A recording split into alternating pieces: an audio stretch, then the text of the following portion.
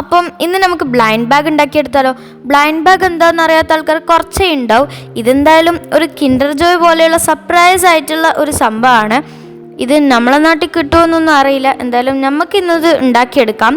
അപ്പം ഞാനെടുത്ത തീം സാൻഡ്രിയോ ക്യാരക്ടേഴ്സിലെ കുറോമിയാണ്.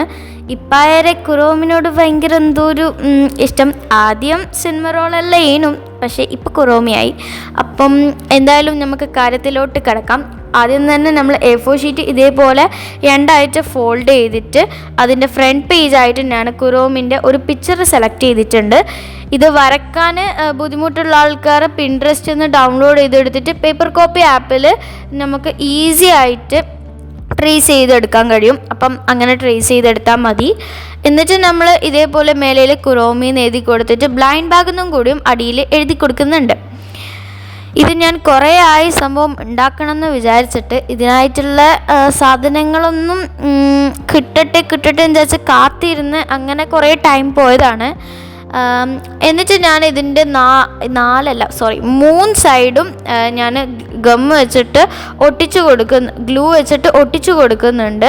ഒരു സൈഡ് വിടുന്നുണ്ട്, കാരണം നമുക്ക് അതിലോട്ട് നമ്മളെ ഗിഫ്റ്റ്സ് എല്ലാം വെക്കണ്ടേ. അത് കഴിഞ്ഞിട്ടല്ലേ നമുക്ക് അതും കൂടി ഒട്ടിക്കാൻ കഴിയും. ഇനി നമുക്ക് ഇതിൻ്റെ ഗിഫ്റ്റ്സിലോട്ട് കിടക്കാം.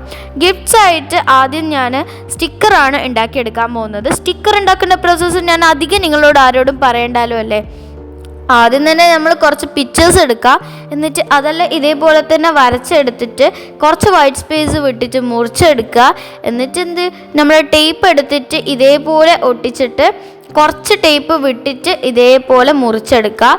എന്നിട്ട് ഒരു ബട്ടർ പേപ്പറിൽ ഇതെല്ലാം കൂടി ഒട്ടിച്ച് എടുക്കുക. ഇനി ബട്ടർ പേപ്പർ ഇല്ലാന്ന് വിചാരിച്ചാൽ A4 ഷീറ്റിൽ ടേപ്പ് ഒട്ടിച്ചാൽ ബട്ടർ പേപ്പർ പോലെ തന്നെ വർക്കാവും. ഞാനിതാണ് ചെയ്യുന്നത്. അപ്പം അങ്ങനെ ഇനി നമ്മൾ സ്റ്റിക്കേഴ്സ് ഓരോന്നായിട്ട് ഒട്ടിച്ച് ഇതേപോലെ സെറ്റാക്കി എടുക്കാം. ഈ സ്റ്റിക്കേഴ്സ് കാണാൻ നല്ല അടിപൊളിയായിരുന്നു. ഞാൻ തന്നെ കുറേ നേരം ഇതിങ്ങനെ പിടിച്ചു നിന്ന്. ഇനി നമുക്കിതിൻ്റെ മെയിനായിട്ടുള്ള സ്ക്വിഷി ഉണ്ടാക്കാം. ഈ സ്ക്വിഷിൻ്റെ കാര്യമാണ് ഞാൻ നേരത്തെ പറഞ്ഞത്. ഇതിനുള്ള പഞ്ഞി വാങ്ങിയിട്ട് ഉണ്ടാക്കാമെന്ന് വിചാരിച്ച് അങ്ങനെ ഇപ്പോൾ ഒരു 7 ദിവസമായിട്ടായി ഇത് ഉണ്ടാക്കാമെന്ന് വിചാരിച്ചിട്ട്. എന്തായാലും ഇന്ന് നമുക്കിതങ്ങ് ഉണ്ടാക്കിയെടുക്കാം.